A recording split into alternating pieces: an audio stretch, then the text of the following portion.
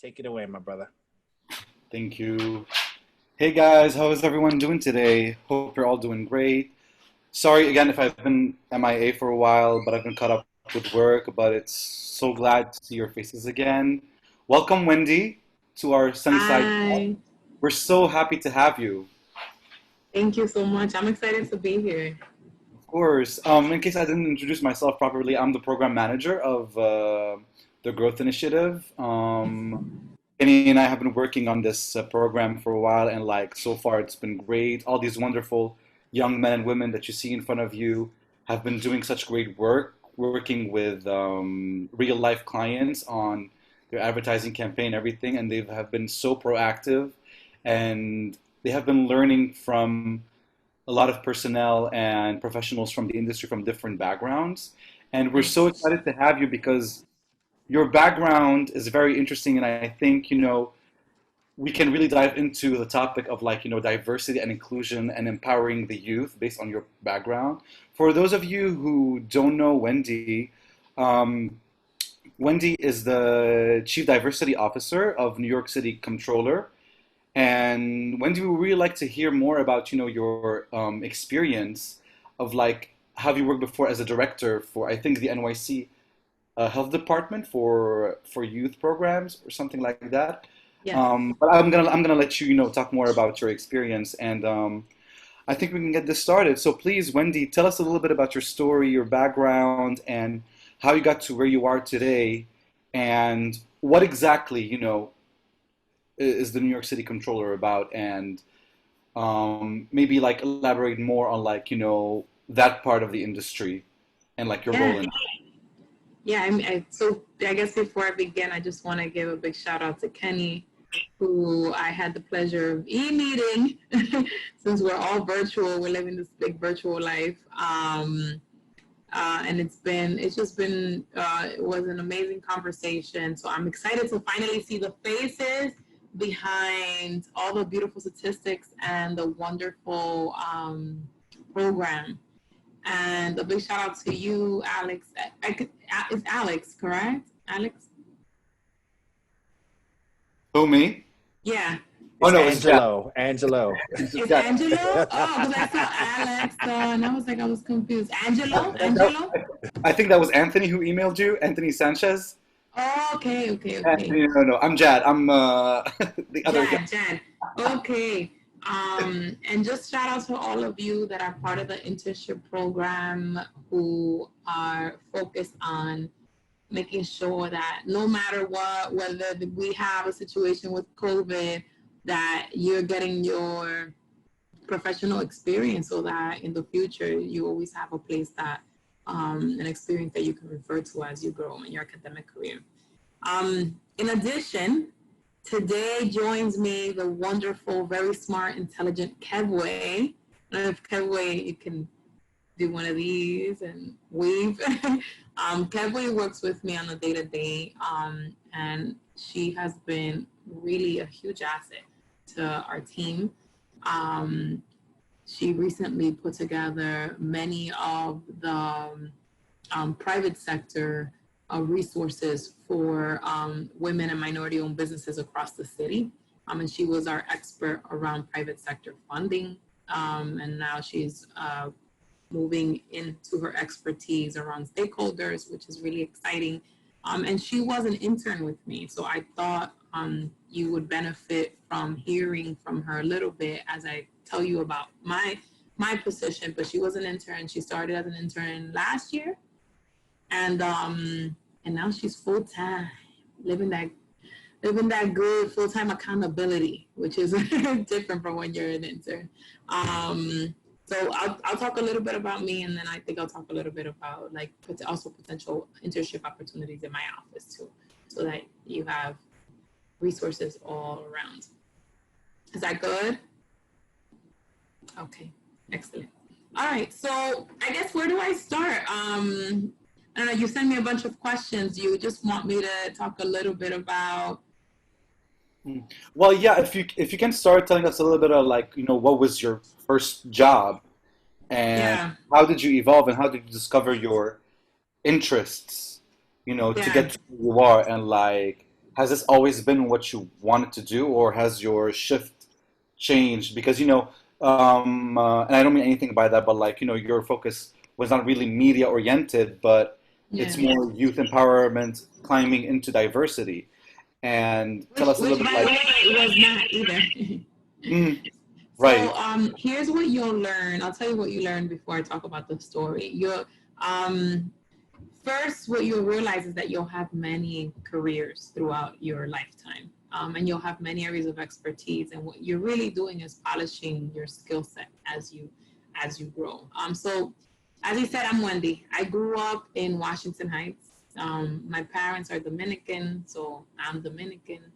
Um, Born and raised in Washington Heights, but I'm Dominican. If you come from an immigrant background, you understand what I'm saying, because we get to be many things all at once. I grew up in a neighborhood. How many of you are from New York? I just like do one of these so I can get a. Okay, so I grew up in a neighborhood.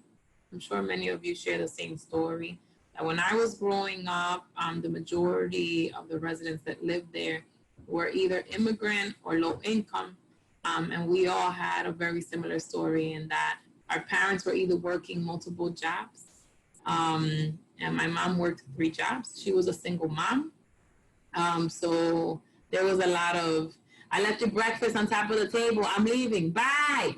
And that time there wasn't cell phones. So I just got a little note like, eat this. And it was like a little sandwich or whatever. And then there was always a lady upstairs and she would like knock on my door and be like, your mom told me to bring your breakfast down. She was really great.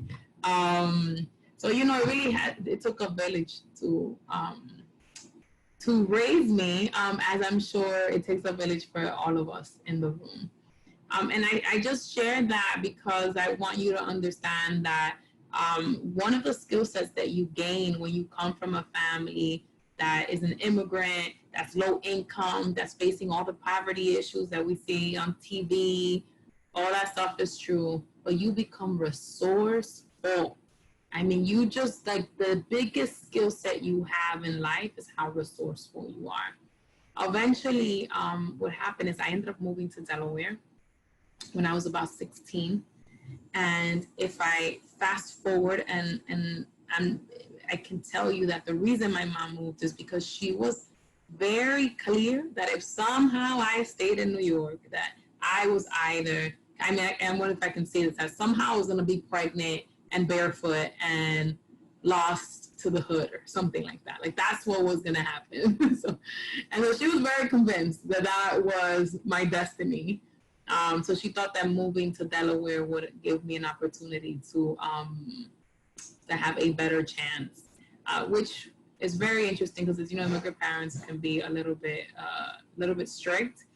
Because if you looked at my grades my whole life, they were actually pretty great. It was like a straight A student. So even the idea of that happening was like, didn't even match but as you know, when you're in a neighborhood and a lot of people are going that route, parents could be a little bit like, I don't want my daughter to end up like that. So I moved to Delaware. I went to the University of Delaware when I was about 18, 19.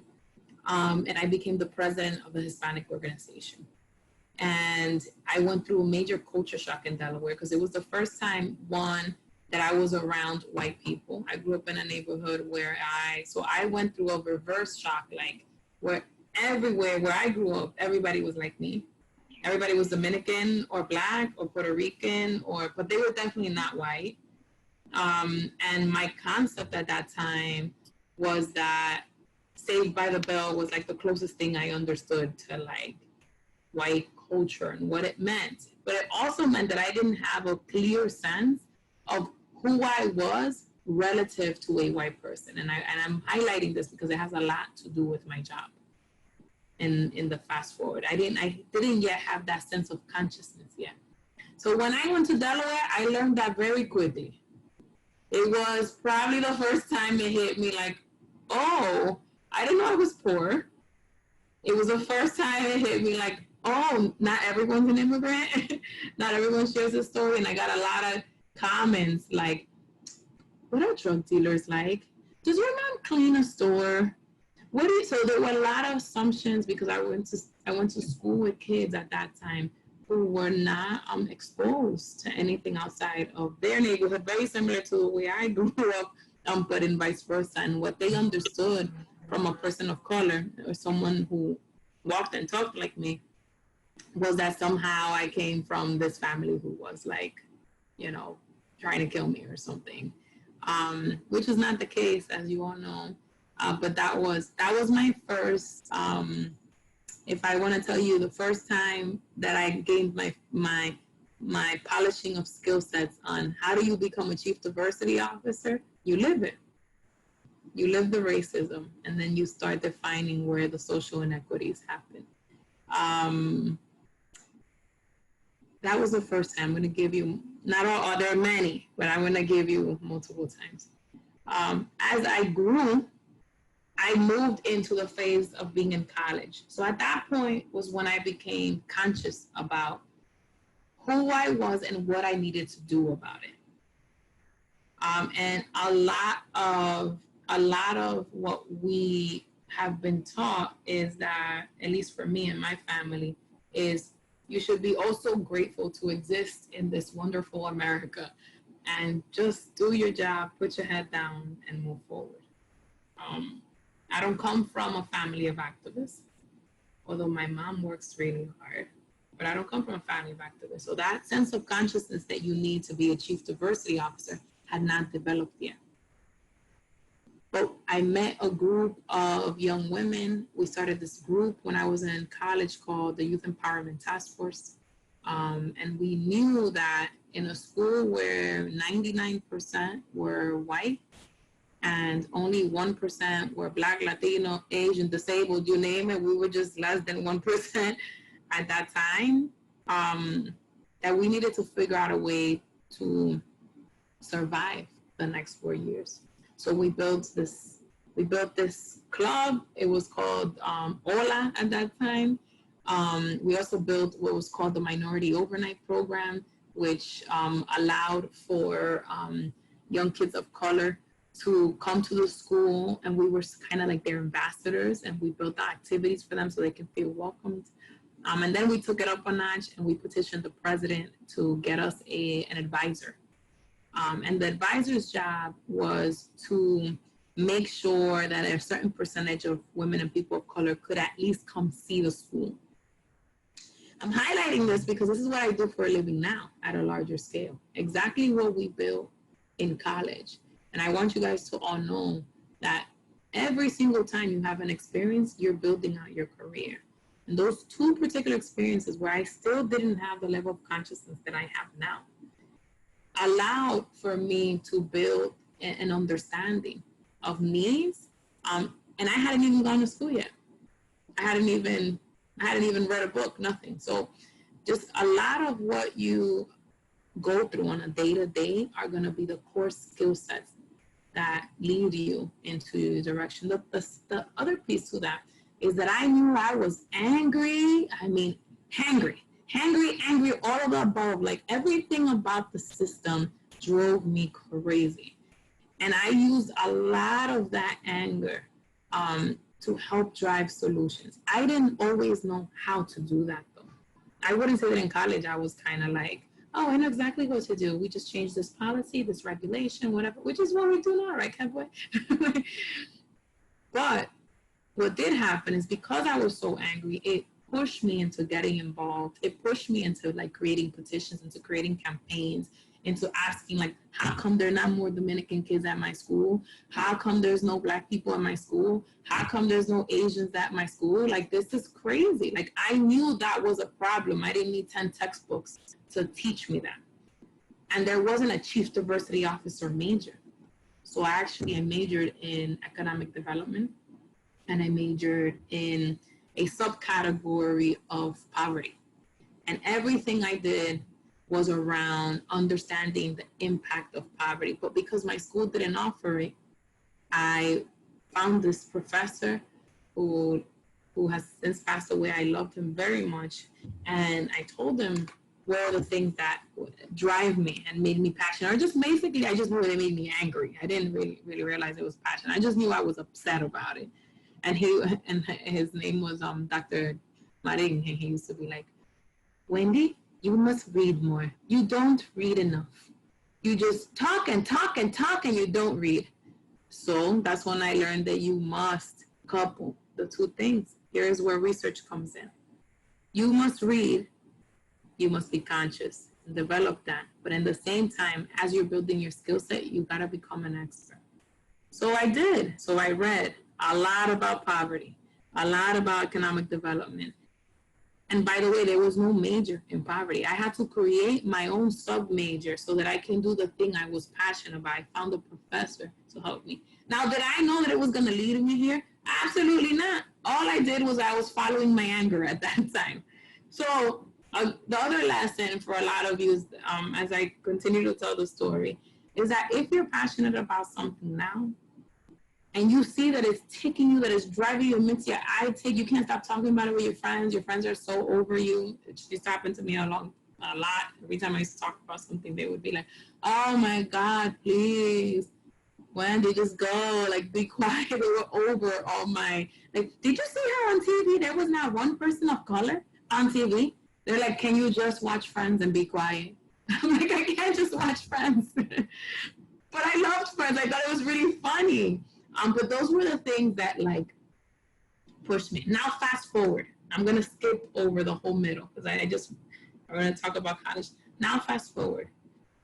By the time I was done with college, I had exposed myself to so many programs that at that point I had mentors who had come in and said, okay, why don't you move to the left? Why don't you move to the right? Why don't you do this? And what I knew by the time I graduated was that I wanted to be in a place where I could serve as a voice for others. That's all I knew. I didn't really understand what the position was called. I didn't understand how. I did know that there were these things called ambassadors in the UN. And so I thought, oh, that sounds great. A UN ambassador. I should go and take so I went and I tried to take the test. For some reason, I didn't make it that day. I don't know if I slept in that day. It was college. It was different time. It was dorms. I didn't make it. By the time I went in, they were like, I missed a test time, and I never went in and got it. But I knew that I wanted to be. So then I finally narrowed down that I wanted to be in government. And I did this program called the Mcnair Scholars Program that spends a whole summer with you, teaching you how to do research, teaching you how to interview others on what they do for a living. And that is when I knew that I wanted to be in government. I was doing an internship for a nonprofit as part of the program. And the nonprofit had run out of money. And I was helping victims of domestic violence who didn't speak English. And my job was to be their translator and their case manager, because it's the nonprofit world. And in the nonprofit world, you know, there's not a lot of money. So they use interns for many things. And I had to literally go from house to house and tell people that their kids were going to be taken away because of some DV case or something that happened. And it was mostly women who didn't speak English. They spoke Spanish. It was a large Latino population. And one day, just like that, the program was gone, completely gone. And I hear the director tell me, Wendy, we're really sorry, but we're going to have to, you're not going to lose your job, but we're going to cut the program. And so your caseload is maybe gone because we no longer have women. I was like, well, what about all these families? Like you have abusers in here, you have people who are doing this, and most importantly, you have all these people that are threatening these women to be deported, and they're getting beat up at the same time. And so she was kind of like, it's all government. And I don't know what it was about her saying like, that was government made that decision. I just knew at that time, I was clear that I wanted to be in government. So for me, that was an aha moment. So my advice to all of you is expose yourself to as many things as possible, because sometimes the position that you're good at may not exist yet. You may be making up and getting skill sets in a space that doesn't exist yet, but you're being prepped for that. The world is prepping you for those spaces. So what happens? I graduate, I get my master's, I finish, and by the time I leave my master's, I decided I'm going to go in government. By that time, I was laser focused. And I worked for the mayor's office, and I was the head of external affairs under Bloomberg. I started out because I had the background in research and I had come from a program that did research, I also was the research analyst for one of the largest directories done by the Mayor's Office of Immigrant Affairs. And I want to show you how everything's connected. I was the research analyst for for the agency that did immigrant affairs, is on a directory for resources for people who had been experiencing abuse and different immigration issues. Remember what I did in college? That I had done something similar. So the world was prepping me for all of that. The next job I had was that I then worked for the mayor then I worked for the borough president's office. And my job was to be a representative for East Harlem and Washington Heights. So I had to represent an elected official in those areas. And I did everything from my mom just passed away and I need help with my funeral to there's a big economic development project that's coming in. It's coming into the neighborhood and we need to do a memorandum of understanding on how the neighborhood is going to receive it. Very broad range of issues, and I had to learn very quickly how to do public speaking, how to frame, how to make sure I'm handling press well, how to brief an elected official who has a lot at stake, and do that quickly, which is a lot of the little nuances. And from there, I got recruited to come and work for the controller's office. I last a long time, usually where in my places of employment, I'm always there 5-6 years because I do believe in building an area of expertise. And then I became the deputy chief diversity officer from there, and then the chief diversity officer. And I guess I want to take a pause before I go into the CDO position, but my role as a CDO is to look at how everything from contracts to investments, and really ask the question, how are women and people of color being utilized by the city of New York? And if it is not, the answer is that they are not, then my job is to work with Kevin, work with the controller of the city of New York to find solutions for that. So our job is to think about racism all day. We wake up, we think about systemic racism. Kevin is shaking her head like all day, every day. Because that is all we do. We wake up, we think about racism, we go to sleep, we think about racism and how we're going to address it. I will tell you, it can be emotionally exhausting. But at the same time, it is the most rewarding job I've ever done. I didn't go to school to be a chief diversity officer. I went to school to impact lives and to address poverty and regulations. And I knew I wanted to do it through the lens of government. And so I feel really blessed that I get to do this in this format. I don't think it's going to be my last job. Maybe I'll be chief diversity officer forever. Maybe I won't. Maybe I'll be something else next. But I think what stays with me is really the fact that I'm clear that my purpose is to impact women and people of color in the process of what I do. So I'll end right there, and then if anybody has questions.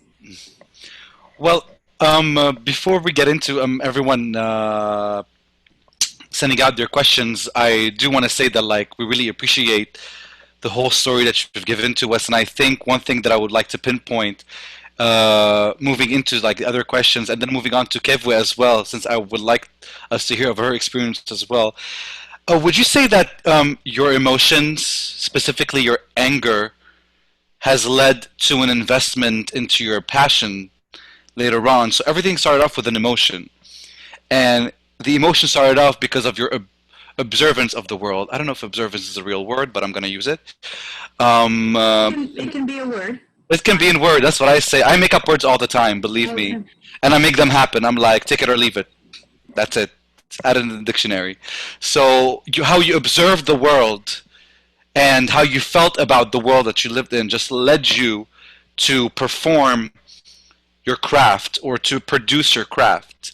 You didn't think about like, oh, let me write my resume and apply to this position I did and not. link it together and everything because this is what people do nowadays. So taking that into consideration, do you feel like a sense of accomplishment or when you do like a regular day test, or maybe give us an example of like a project you've worked on where you felt like your intuition and like your passion of like a problem that you saw in the world that you cared about and you solved it. Can you give us an example of that? And I also like after that I want to lead it to Kevwe. Maybe tell us about her experience of like what led her into working with you and how she developed her nurturing into her talent. Yeah. So I would say for sure, I'm not saying everybody's like this, but I thankfully now looking back, thank God that no one prepped me and I didn't have like this one person who's like, do this and do that. And that I didn't have the resources because I think what it did was that it made me kind of like always do what I felt was where I needed to go. Like I knew that I felt driven by work that helped people. I knew that I had skill sets that I had not done well in. So every time I failed, like for example, I wrote a paper and I like it was like you couldn't even understand it, and the teacher was. But now I do research. Like this is what I do for a living, which is really Mm-hmm. interesting. And I remember the professor being like, "When was the last time you learned how to write?" And I was like, "What?" I thought I was top notch. He was like, "Absolutely not. You don't even know how to use the commas." And so every time I failed, I understood where I needed to polish. So I think that passion for wanting more, for wanting to be better, is what kind of led me in the direction of that. I'll give you an example of something we're doing now. Recently, actually, I'll do something. I'm going to let Kevin, you probably talk about the survey. I'm going to talk about CDO. The One of the things I've realized doing this job now for about 6 years is that there is a need for more people to have this job, as an option, to be able to train for this job. There's a need for people to have a pipeline of curriculum around this job. There should not be more Wendy Garcias in the world who cannot major in chief diversity officer. So I knew that because I am in the controller's office, I have a very unique space in that I can do calls. I can make a call of government changing. And I work with the controller who has always just been great about any new ideas we have. So one of the things we decided to do was to make a call on the city of New York to have chief diversity officers across New York City and in every single city agency. Because we understood that when that happens, you can solve for systemic racism. You can have someone proactively looking at regulations that have kept women and people of color out. You can have someone asking the right question, be like, oh yeah, you spent $20, what percentage went to women and minorities?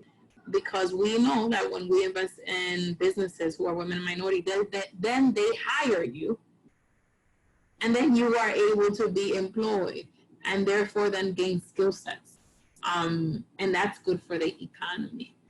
So recently, it was about a year ago, how many of you vote in New York? Just by a show of hands. Okay, for those of you who vote in New York City, in November, you should have went to the voting booth and you would have seen a list of items that you needed to vote for.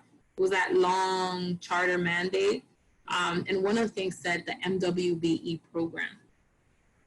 And do any of you remember voting for a women and minority program in November at all? Okay, maybe not, maybe so. And so we put that on the charter. Part of what the charter does is that it governs government. So we did a lot of research and like, how do we impact the whole full shebang? Like, how do we undo racism from its very core, from the root? And we made sure that we could codify the MWB program. But more importantly, we called on a chief diversity officer as part of that. We didn't get it. The mayor's office at that time killed the regulation.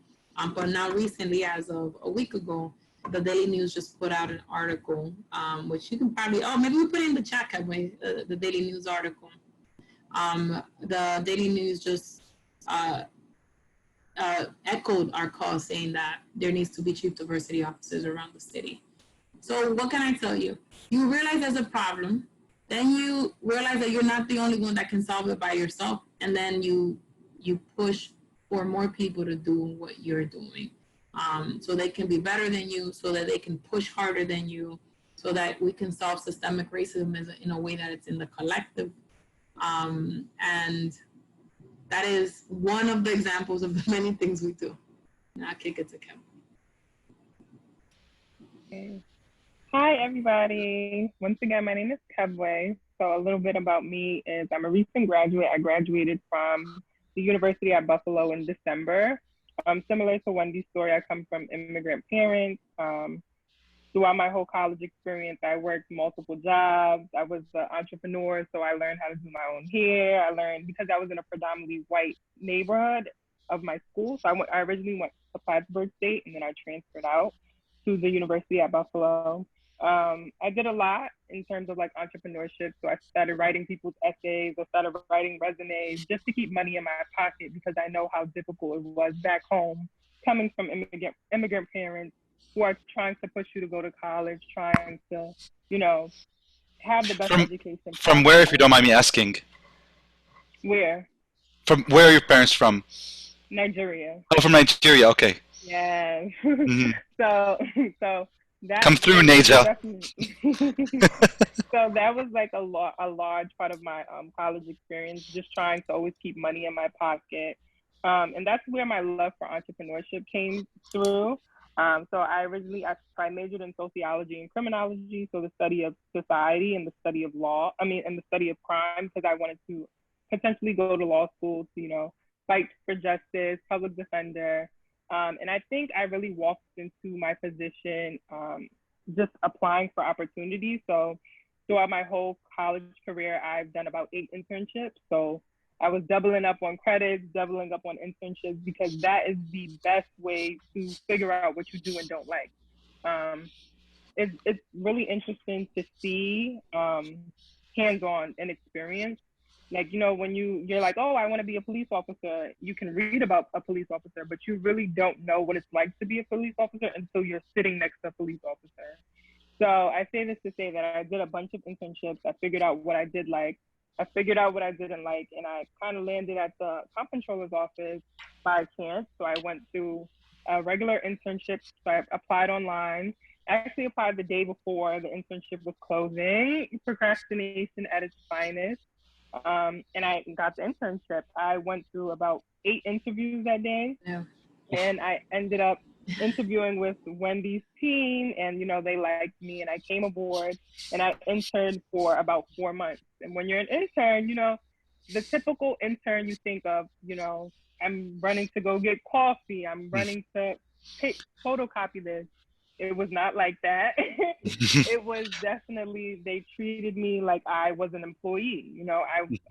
I had tasks, I had standards, and I really learned how to speak for myself. I think working with Wendy, I've been able to grow into a person that I didn't think I could grow into, just because, you go to college and you think like, you're ready for the real world. And then you really hit the real world and you're like, yeah, you're not ready. You need a little bit more training. So I worked with Wendy's team for about 4 months, and I was doing other internships and I was working at the time. And then I came on part-time. So after working for 4 months through an internship, I was able to come on part-time. I did that for a while. And while working part-time, I found that more responsibilities, more tasks, more standards were coming onto my plate. And, you felt a thrill, because it's like you're actually doing something you enjoy. And then I took up a full-time position in January. So now I work full-time. But I say this to say that, I didn't step into government. I didn't step into working with the chief diversity officer by chance. It's like life has a way of working itself out. like I go back to saying in college, like I've always loved entrepreneurship. I always feel like you should start your own business, whatever it is. You like this, you like this. I always say go for it and do it. And so now to work with minority and small business and minority and women owned businesses is like truly a blessing because you're able to see people who, you know, are so passionate about generational wealth, so passionate about their business. And I think throughout this experience, especially with COVID, you know, I really saw the hustle that it really takes to be an entrepreneur. I really saw, and like I think it's Cuomo that says it. He's like mom and pop businesses because it's like these are really the home. This is what makes our community. You know, the small bodega that you go to, the haircut, the barbershop. These are the small businesses that really make the economy. And you know, during COVID, like it was vital for our office to really put together these webinars. And you know, I think sometimes life ordains your steps so that, you know, sometimes when you're doing things, you're like, yo, like, there's many days I'm like, I don't know why I stay on Wendy's team, you know, but like you figure out what works. Tell them the bad stuff too. Tell them I think it's important, like, tell them, like, when things don't go right, what is it like on our team? Like, and how I get. Say that, because I think it's important they know that. Like, it's not always good and dandy. It isn't. So I remember, like, I had an assignment, and, you know, I was super proud of the assignment just because I'm like, yo, I worked so hard on this, and I was so, like, excited to, like, share it with Wendy. And Wendy basically, like, tore it to pieces, you know? And I had, like, tears in my eyes. But it really builds you up. It makes you stronger. Anything, like, working with the team, I can definitely say you will grow. Wendy and the rest of our teammates will definitely push you to the best of your ability. And in your eyes, it may not be perfect, but it really allows you to grow in the best way possible. And in the moment, it doesn't always feel like that. It never feels like that. But when you think about it long term, you're like, you know, like, thank you, Wendy. Like, thank you for putting me in that position. Wendy truly does believe that people of color should have a seat at the table. And, you know, in meetings that as an intern you wouldn't talk in, you actually do talk. You know, you speak, your opinion matters. And I think that's really important, especially as people of color, because we're often not at the table. So I think Wendy really allows you to have a seat at the table and a voice. So I definitely appreciate that. Can you talk about what we were talking about the other day with Al Sharpton when we did the first experience? Yeah, so it was one day, you know, a lot of my background is outreach. So we have something called MW University. Are you talking about when I called him? No, yeah, just the fact that you even, you know, you didn't realize that. So so it was one time I was doing like outreach, and you know, we have a bunch of stakeholders. So working with an elected official, you come in contact with a lot of people. You meet a lot of people that if you are a regular person, you just wouldn't meet, you know, on a day-to-day. Even the office that we walk into is just like, it's very like high up class. Like it's really a government office. And it was one time I was doing like my daily calls of like stakeholders, and I remember like the list said like call Al Sharpton. So I just dialed the phone because I'm like, okay, regular Al Sharpton. And I'm like talking to Al Sharpton's like secretary. I'm like, wait, like who, you know? It's just like you're put in positions where it's kind of like you just adjust and you adapt. So the fact that like Wendy even trusted me to call Al Sharpton, it was just like a great experience because you would not normally do that. You know what I mean? Like, so it's like bragging rights. It's like, oh my God, I just talked to Al Sharpton, like, you know. But it definitely is really interesting, and it has its pros, it has its cons. But you really do learn what you do and don't like. There's a lot of things that I love about this job, and there's a lot of things that, you know, you learn as you go. I would say no job is perfect. If you're looking for a perfect job, you're never gonna find it because it just doesn't exist. But you find what works for you, and what works for you should always outweigh what doesn't work for you. Wow. Well, thank you so much, Kevin, for sharing your experience. I think what's funny is that if you didn't say where you were from and you just said that you did 8 internships and like worked aside, I would automatically tell you were Nigerian. I'm like, yeah, clearly Nigerian. No, that's what they do. I'll come and just like work. But I think that's, you know, but that's a great stereotype to have that maybe, you know, sometimes people don't know. And I think as immigrants, I mean, I come from immigrants' parents as well. My dad was an immigrant in Lebanon, and then I came here as an immigrant to the U.S. So we do have that like passion of like we want to learn, we want to work, and I think it's a very wonderful to see, Wendy, how you nurtured Kevwe into her role, and like how you it's clearly like how you treat her as like like one of your own, and like you really want her to succeed in everything, and you put your trust into her. Because if we notice, and I think I want to say this, and I don't know if you guys agree with me, in corporations that are predominantly white, you don't get to see that, especially when people of color or like who are in entry levels, like they want to learn, like they approach an entry level position or internship like, I want to learn, I want to learn from you guys and everything. And you notice that like corporate people don't really teach them, they just micromanage them, Yeah, so I think a lot of it. Sorry to interrupt, but no. this is like, Kevin, you can feel free to jump in because I'm going to talk about your experience. What happens to a lot of us, particularly women of color, is that we become very silent because we're scared to challenge authority.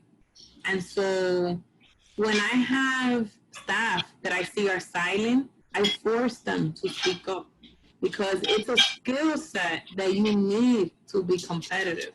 So I've had a lot of interns who I'll say, I do this thing. I'm like very annoying. I'll like test people. I'm like, did you do this? And then they'll say, oh yeah, I worked on it. I'm like, when did you work on it? And they're like, oh, I worked on it. I'm like, yeah, yesterday I worked on it. Is the answer yes or no? You have to say yes or no. And I go through this thing, but it is to help that person be confident in that if you did do something, you say yes. If you didn't do something, you say no. Because that is the difference between someone who understands their worth and someone who doesn't. And what happens is that when we come into a place where we're with this big old white guy in front of us and we're like the person of color, we go into what, systemic racism calls this like slave paradigm. And we want to break people's consciousness out of that. And I think many of us do it unconsciously. It's a more psychological thing. So many times I have been in a room with an intern where I say, did you do this? And there's this like, now when I have a white intern, a white boy intern, he's like, excuse me, Miss Garcia, I will be unable to get to the 5 o'clock meeting. And if you can you make sure like the list of demands? I'm like, look at this intern. I'm busy. I'm not even trying to do keynote and got me working. There's nothing wrong with that because there's this sense of, there's a sense of privilege which exists. But there's also a sense like, I'm worth your time. I'm worth you talking to. And I'm worth, and my opinion matters. And so a lot of what we have to do as people of color is, and this is something that resonates even as you get older, understanding that your voice matters. So a lot of the work that I would say with Kevwe, if you want to talk about it, is how do you find your voice in the confidence that like you are always the expert? Because once you understand that you're the expert and you're the only one that knows the work, then your voice will soar. Like now, Kevwe is just like, good.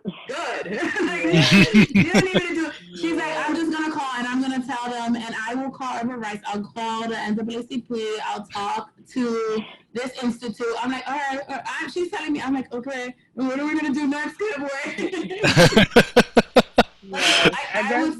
Go ahead. It definitely comes with time. I think from when Wendy speaks, I laugh because when I came in, I wasn't assertive. I was like, yeah, maybe, kinda. I kinda did it. I sorta did it.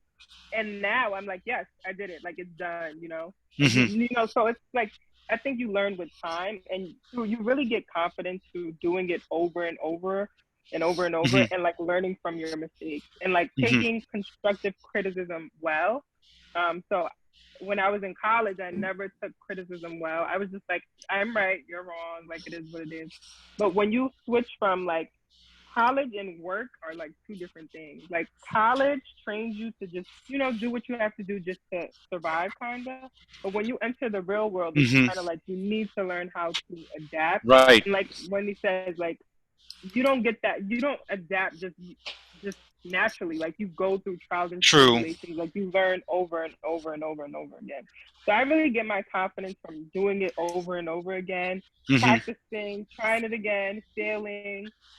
Like that's the only way. And I honestly really get it because I'm able to see Wendy speak. I'm able to see Patty speak. That's like my other teammates. I Hmm. see people walk into rooms, they're assertive, and like I look at them, I'm like, okay, I'm gonna do that walk the next time I walk in. You know what I mean? Like you get that confidence from seeing other people, other women and Hmm. people of color be confident.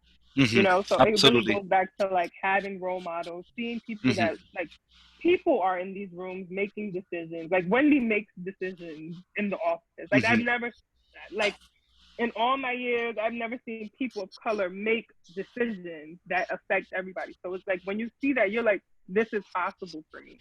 When I Hmm. see that, I'm like, all right, she's doing it, I can do it too. You know what I mean? So Hmm. that's really where I get the motivation from to like, anything you want in life, it really is attainable. It's like within arm's reach. You just kind of have to, find the path. And, you might fall a little, but you get back up and you do it again and you just try over and over and over. Absolutely. And I think it's very important for you to talk about your college experience, because like, we've all been through college, and like college is like really a pat on the back, like, hey, yeah, politically correct, power to the people, all of that, happy butterflies and flowers, and like the real world is not like that. So, Yeah. I mean, I would say like I did my master's, like a master's degree at the new school, and like, it was so like That's where I got you mine can. at the new school. Oh, really? Hmm. Oh, that's what's up. What was your master's in? I was urban policy and management. Oh my God, I was in media studies. I was in public engagement. All right. Yeah. I have a question from Alexis, and I think Kewa, if you can answer that, that would be great. If a full-time job is presented to you, but you have a semester or two left in school, do either of you believe that education is key for the life experience? I would answer Alexis. I would say take the job right away. Don't hesitate. But Kewa, what do you think? I think it really depends on your situation. Some people are able to just go into a full time job. Some people do both of them. I think it really depends on what you want in life. I always say like college allows you into rooms, but networking allows you to do so much more.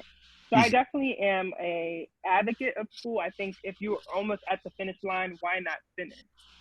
But I also believe that you should advocate and say like, hey, like can I work and go to school? So sometimes like putting that option out there for other people and advocating for yourself, like, hey, like I have a semester left. Can I work and go to school? Like, because if an employer really cares about you and cares about your future, they will definitely work with you. Hmm. Wendy, Sam is asking if when you're tackling an issue as massive as systemic racism, when policy doesn't exactly work out, where do you start? Come through, Sam. Okay, white boy. All right. Where do I start? I think you start at the root of the issue. So most of the time when we find out about an issue, it's because we are already at the end of it, right? So I'll give you an example. In our office, when I first started, we did about, I don't know, it was less than $1 million with women and minorities. And now we're at 6.2 million is the last number, right, Kevin? 6.2 million or so. So we were able to triple every year the dollars that were being spent on women and minorities just in the controller's office. I'm not even talking about the city of New York. And the way that we figured that out, now I'm getting to the end of the tail, right? Because there's a spectrum. When we got to the end of the tail, it was because every single time someone will come in, they will be like, every time I come in, I put in something so that I can get business from the city of New York, and they don't take me seriously. They don't even give me a meeting. So every single time you hear that enough times, you're like, okay, there's clearly an issue here. So what you have to do is work their path backwards. So if you ever want to know how to solve a problem, it's just like when you say, where are my keys? Where are my keys? Where are my keys? What do you do? You're like, where was I last? And then what did I do before that? And then before that, where did I go? And so that's how I do my job. I work backwards.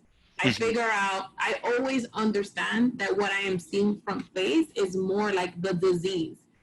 But the disease of many steps that didn't grant that MWD access. So you didn't get the contract. Let's just take contract. You didn't get the contract. What did you do before that? So that is what I call a systemic gap.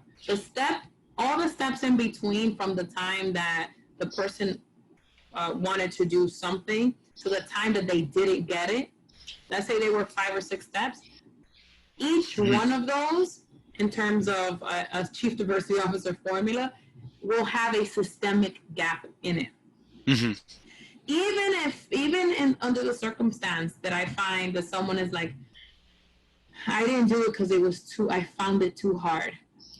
You can find systemic gaps in like how government engages and why that person didn't know the answer and why they felt it was too hard. And you can fix for things like that. So you really do have to, where do I start? I work my way backwards. That's the answer. Okay, that's good. Sydney, what is your question? College and playing football. Right. Hi, I'm Sydney. I just want to say, both of you, I loved what you both said so much. It all resonated with me because, you know, my parents are both from overseas. My dad's from Ghana. I think it was an accident. I think it was one. I'm sorry. Yeah, the old fling. I think it was. I don't think it was a plan. Okay, Zachary. Zach.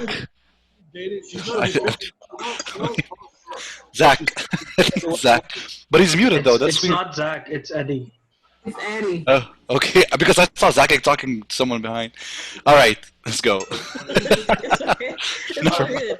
So, long story short, what is the most rewarding part of what you guys do right now? Like, what your position is? I guess for both of you. Like, I guess what like gets you out of bed in the morning and keeps you going. Yeah. Can I just give you everything? Guys, I'm like Miss High Energy all the time. When I'm in low energy, it's very rare. It's like very rare. But I would say this actually happened today. So we had worked on a survey to ask how women and people of color were impacted post-COVID and what were the systemic issues that they were facing when interacting with government. We put that out on Thursday. The Daily News picked it up. Then Gotham Gazette picked it up. Then Cranes picked it up. And then today, when the mayor was being asked about COVID, one of the reporters said, hey, we want to know what you're doing about women and people of color because the report from the Comptroller's office, diversity office, came out that in the next 6 months, businesses are not going to be able to survive. And in the next month, businesses are basically going to most likely die off. Right. What are you going to do about that?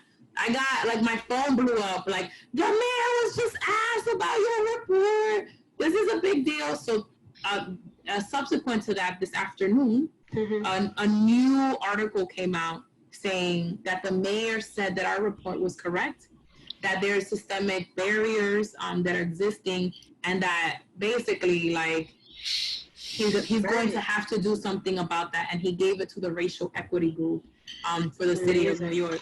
So today, then right after that, I sent a text to a group of my friends who are all part of the racial equity group, and I was like, you guys have work to do. The mayor just agreed that he was going to work on this. Here's the data.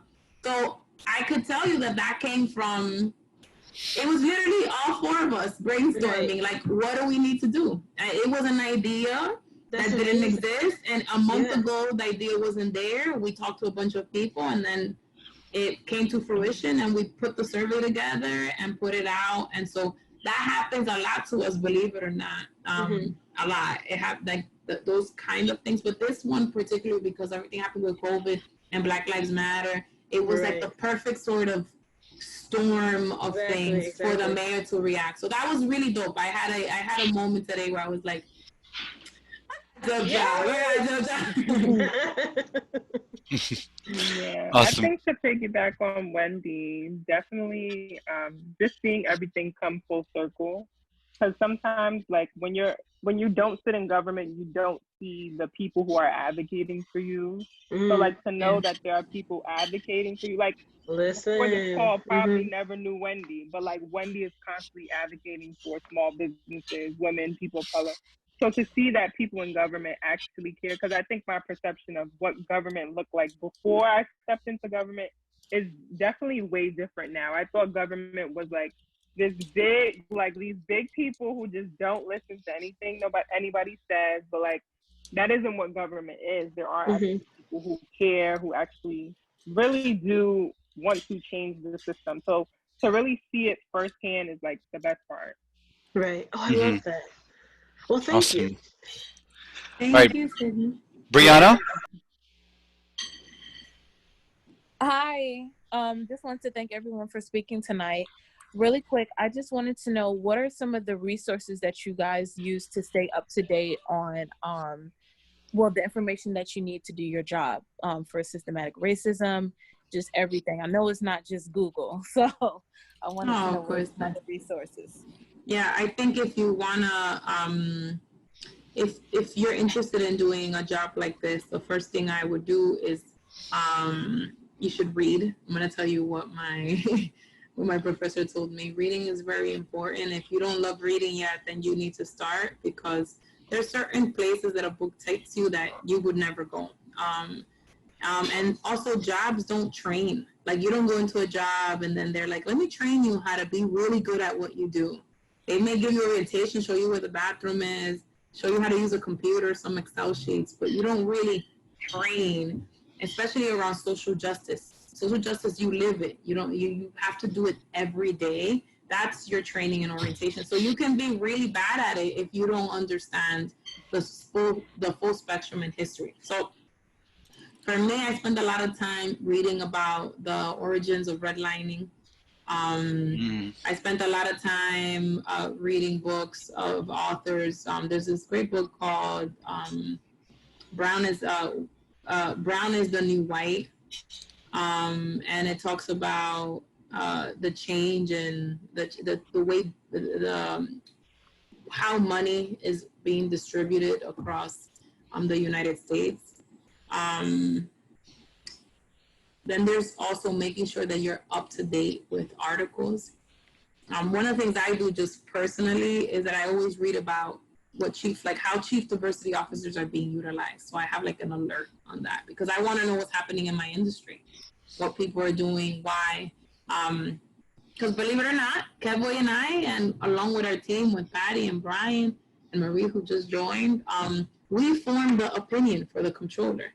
So when we form an opinion about systemic racism, we need to know what we're talking about.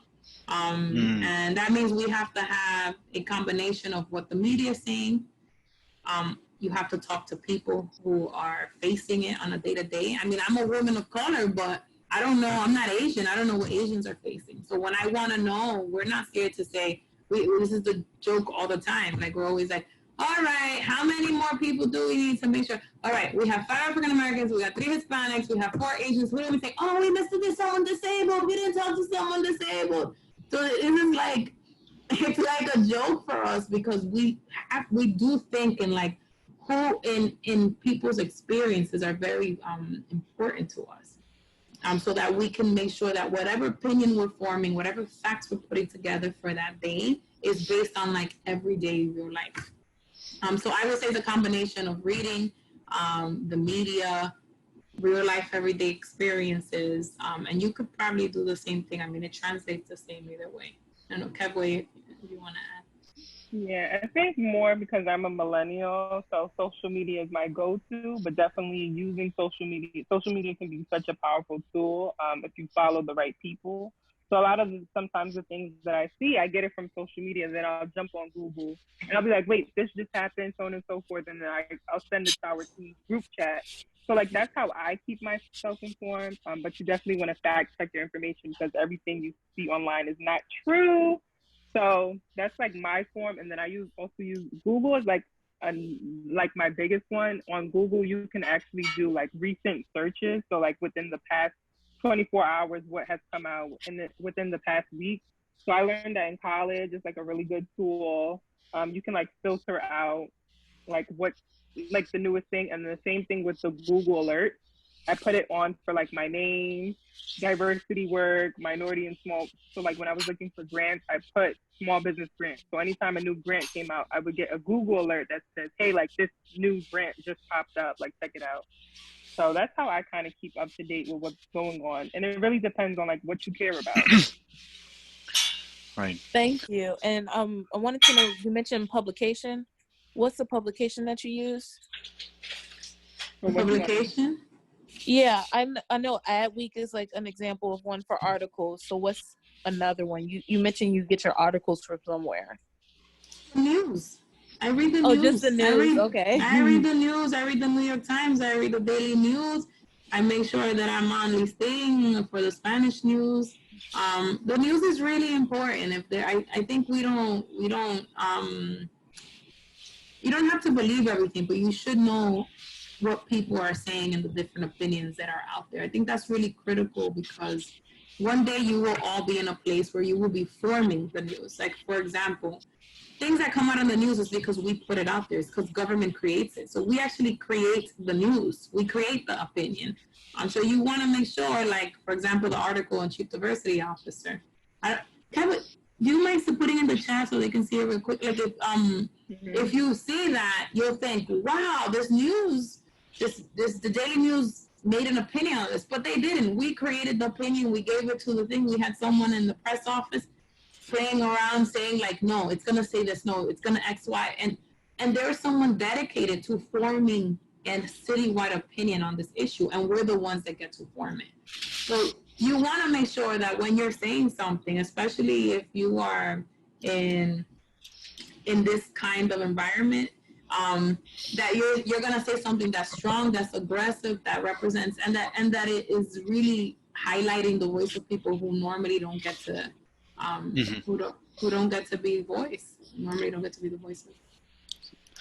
We have one last question from Tanisha, and I think after that, Wendy, if you can just like elaborate on like the opportunities, internship opportunities that are available right now with the New York City Controller. Yes. So Tanisha is asking about mental health and like how do you manage to not feel overwhelmed in the face of all these huge issues and maintain a fighting spirit? Yeah, I mean, I will tell you, I think therapy is very, very important. If you come from a family of color, you probably are less likely to have heard your parents say anything about like, heading to therapy, be back. That probably didn't happen in your house. Maybe it did, which is great. But I think it's really important. We are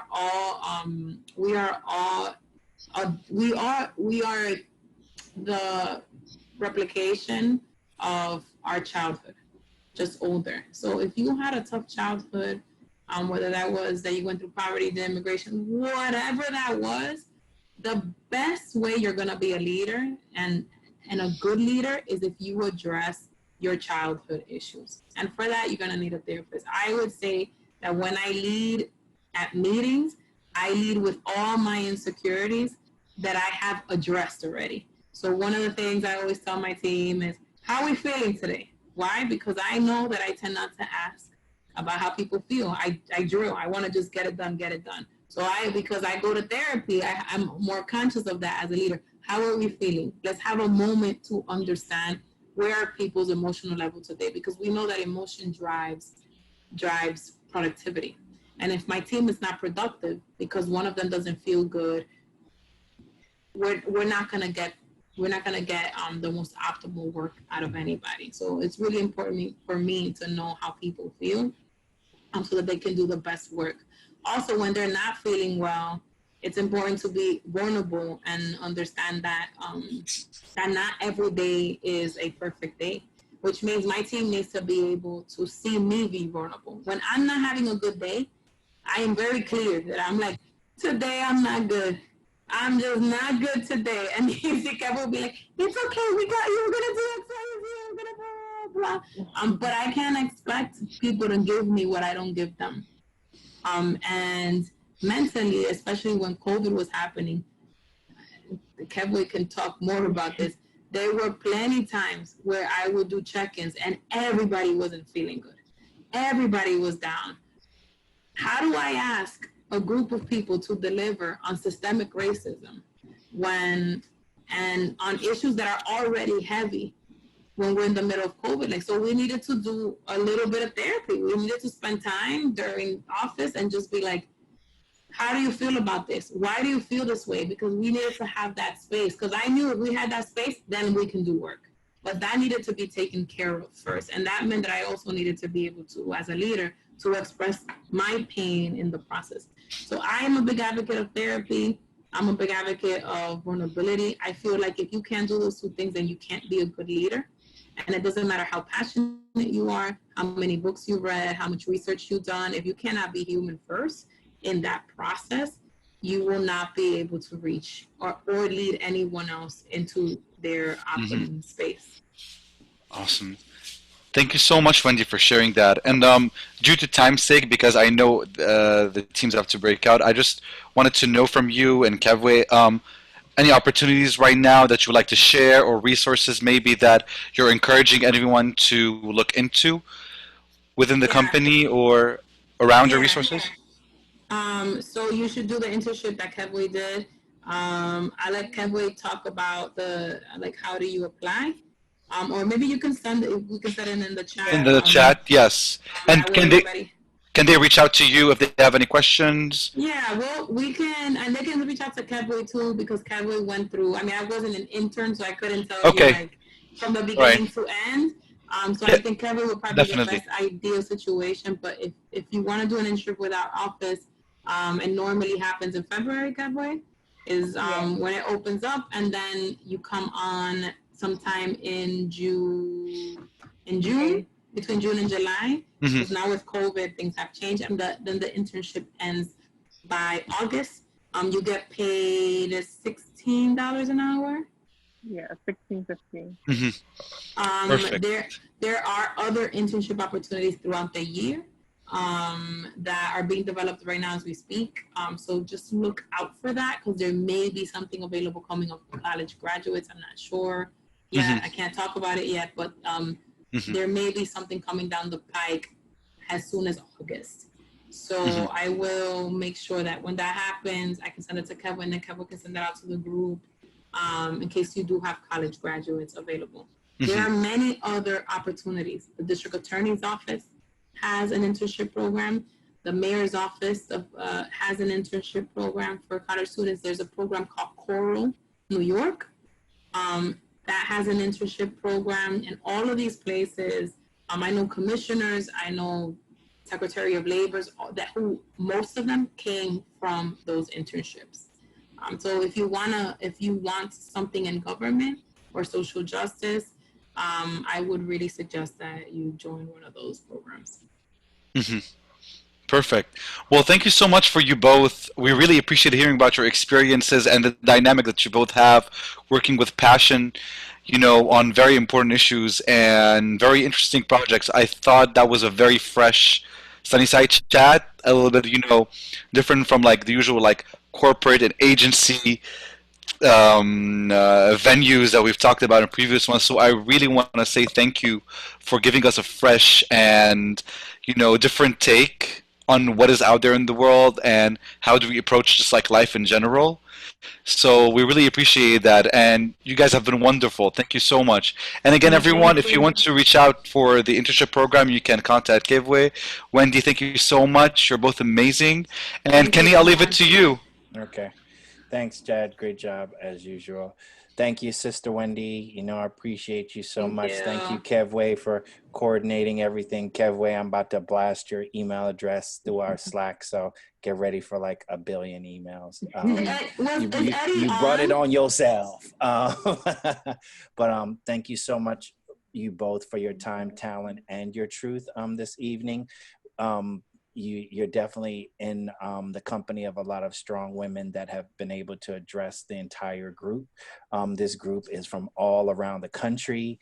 all different levels in their education. Some are graduates, shout out to the graduates. Some just received their diplomas like the last couple of days, and some have been receiving them over the thing. And some are going back to school in the fall, so I'm pretty sure they'll be looking forward to any opportunities that may come their way, whether it's through your office or other offices that you mentioned before. But as I mentioned before, thank you so much for giving a little bit of your time this evening to the Growth Initiative Fellows. And yeah, now we can set you free. And now they got work to do because they got some big things coming up over the next month. Actually, less than a month now. Actually, way less than a month. So they got a lot of work to do. But thank you so much for your time, sisters. I truly appreciate you. Thank you, and big shout out to Eddie. I don't know if Eddie was on the call, but yeah, he was disrupting the call. That's your folks. Oh, that was Eddie. That was Eddie. That's so funny. All right. Well, thank you so much. Nice. Please reach out to us if you need anything. Okay. Yeah. Cool. Take Bye. care. Bye.